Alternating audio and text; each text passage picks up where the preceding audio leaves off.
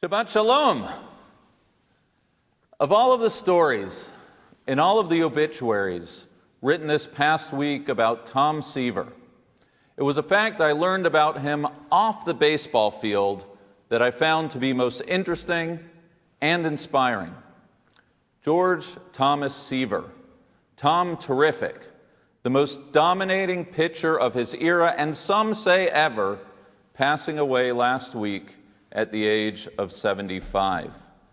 12-time All-Star, 3-time Cy Young Award winner, inducted into the Hall of Fame by the highest percentage of votes at the time. His statistics are extraordinary: 311 wins, a career .286 ERA, over 3,600 strikeouts, and the statistic that I find to be simply staggering, 231 complete games.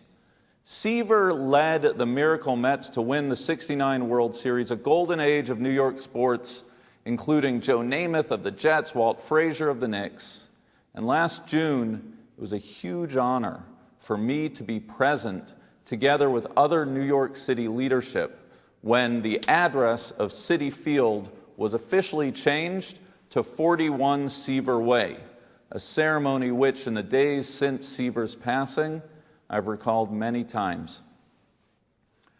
For all that can be said about Seaver, the most extraordinary thing I've learned about him this past week was that Seaver very nearly didn't become Seaver, as it were.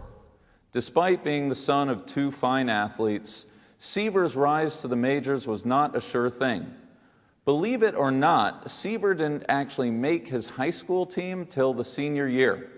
It was only after high school that he put on the 2 inches and the 30 pounds that enabled him to throw his signature fastball.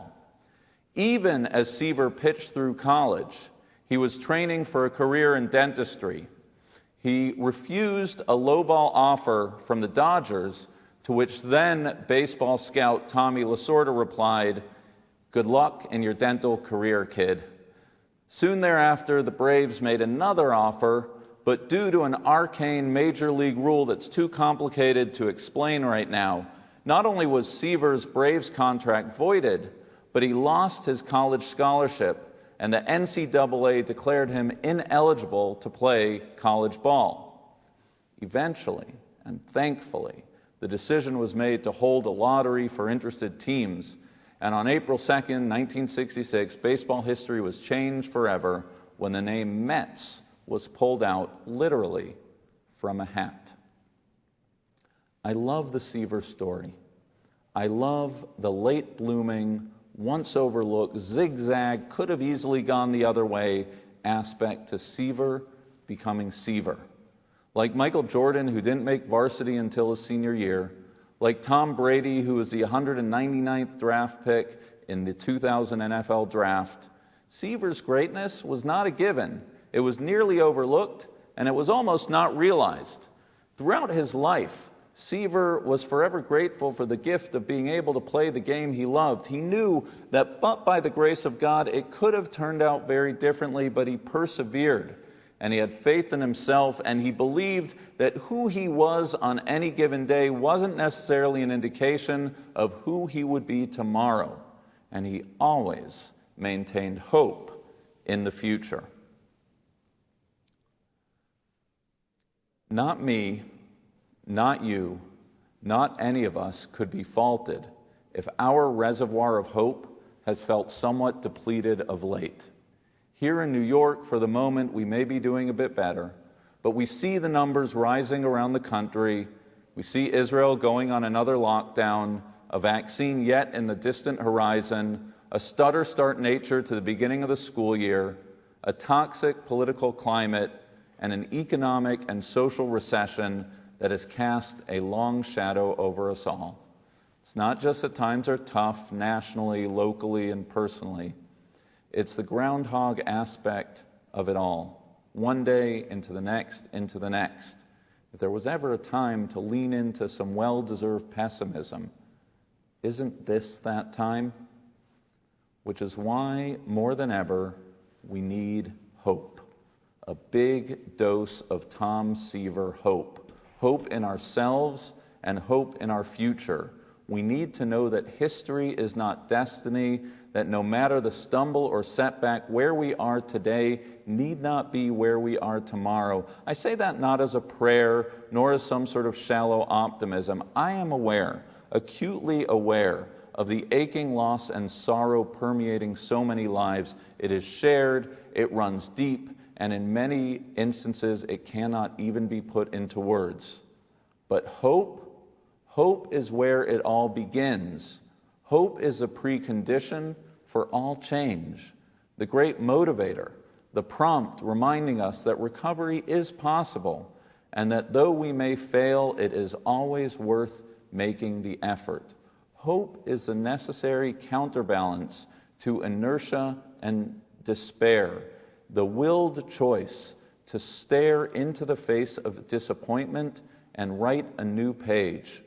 It was a philosopher and psychologist, William James, who wrote of the difference between the sick and the healthy soul. Faced with the same circumstances, there are always at least two ways one can respond to adversity: with purpose, resolve, and generosity of spirit, what he called the healthy soul, or with indifference, despair, and mistrust, what he called the sick soul. Not everyone has a choice. Clinical depression, to be clear, is not a willed choice. But for many of us, most of the time, while we all may not choose our setbacks, the posture by which we respond to those setbacks, that is a willed choice. Hope is that posture of being, the way we need to greet each day. And we need to look no further than this morning's Torah reading, no further actually than the first three words, to see this sentiment given expression. Atem nitzavim hayom. You are standing here today, Moses charges the Israelites. It's a curious turn of phrase, a prompt to which much rabbis have commented. You're standing here today. Why specify today? Did we think that it was otherwise, that this was some sort of pre-recorded asynchronous communication? The answer, I think, goes to the psychology of the Israelites who had wandered through the desert for 40 years and now faced an unknown future before them. Today, Moses is saying, you're standing here. A specification meant to exclude tomorrow, the day after, and the day after that. Today, you're standing in the desert, but tomorrow will look different. This week's Torah reading is actually a double parsha named Nitzavim Vayelech. Nitzavim, you're standing here, and Vayelech, meaning to go forward. Moses knows he won't enter the land, and his deputy Joshua is no doubt frozen with fear at the thought of an unknown tomorrow. Chazak ve'amatz, be strong and of good courage, Moses tells Joshua. You can't be Nitzavim, you can't stand in one spot indefinitely. You have to be Vayelech, you have to be willing to move forward. It's not going to be easy. Enemies abound, and you yourself will slip. But have faith in yourself. Today, Hayom, you're standing here. Tomorrow, we have to move forward. Rosh Hashanah is just days away. If you haven't yet done so, now's the time to put in your food order, download your machzor, and figure out how to screen mirror your iPad to your television at home. But of all the things you're ticking off on your punch list, make sure you bring some hope. We need it as a counterweight to the suffocating spirit of the hour and as a motivator for the year ahead. We need to know that who we are today is not who we are tomorrow, that we are capable of change. The heroes of our people, Bible, not baseball, are all people whose greatness was neither a given nor easily achieved. They all came from anonymity, they persevered, and they grew to become who they became. Those figures whose greatness was foretold, like Saul and Samson and otherwise, they all ended up being disappointments. Ours is such a deeply problematic society that measures kids' aptitudes at early ages. Everybody pops at a different time, academically, socially, athletically, and otherwise. It takes the right context, timing, and combination of variables to bring a person from one level to the next. There is something deeply wrong and toxic about a world that tells a young person that there is any one particular moment when their fate is sealed. We are never, Rosh Hashanah teaches, judged based on an as yet unrealized future. Today is today. Tomorrow is yet to be written. And important as it is to have hope that we can be different tomorrow, the upcoming holidays remind us that other people, they're also capable of change. It's one of the strangest things, if you stop to think about it, that Rosh Hashanah falls 10 days before Yom Kippur. It makes no sense to first celebrate new beginnings and then look back for everything we've done wrong. Far more sensible would be the other way around, until, of course, you pause to consider that without a belief in new beginnings, the message of Rosh Hashanah, Yom Kippur wouldn't be possible. The whole premise of Yom Kippur is the belief that the person who wronged you is capable of change, that their apology does signal true contrition. What is the act of forgiveness if not the willed belief that a person is capable of change? Around this time of year, I always reflect on the questions the Talmud asks when we stand before the gates of judgment. Did you conduct your business honestly? Did you designate time for Torah? Of all the questions, the one this year that resonates with me most is Sipita Lishua. Did you look forward to salvation? Or in simpler terms, did you believe that tomorrow would be better than today? There are no promises in this world. I have no idea what the future holds. I have no idea if we will be forgiven by those who we have hurt, nor, for that matter, if those that we forgive will prove worthy of our forgiveness.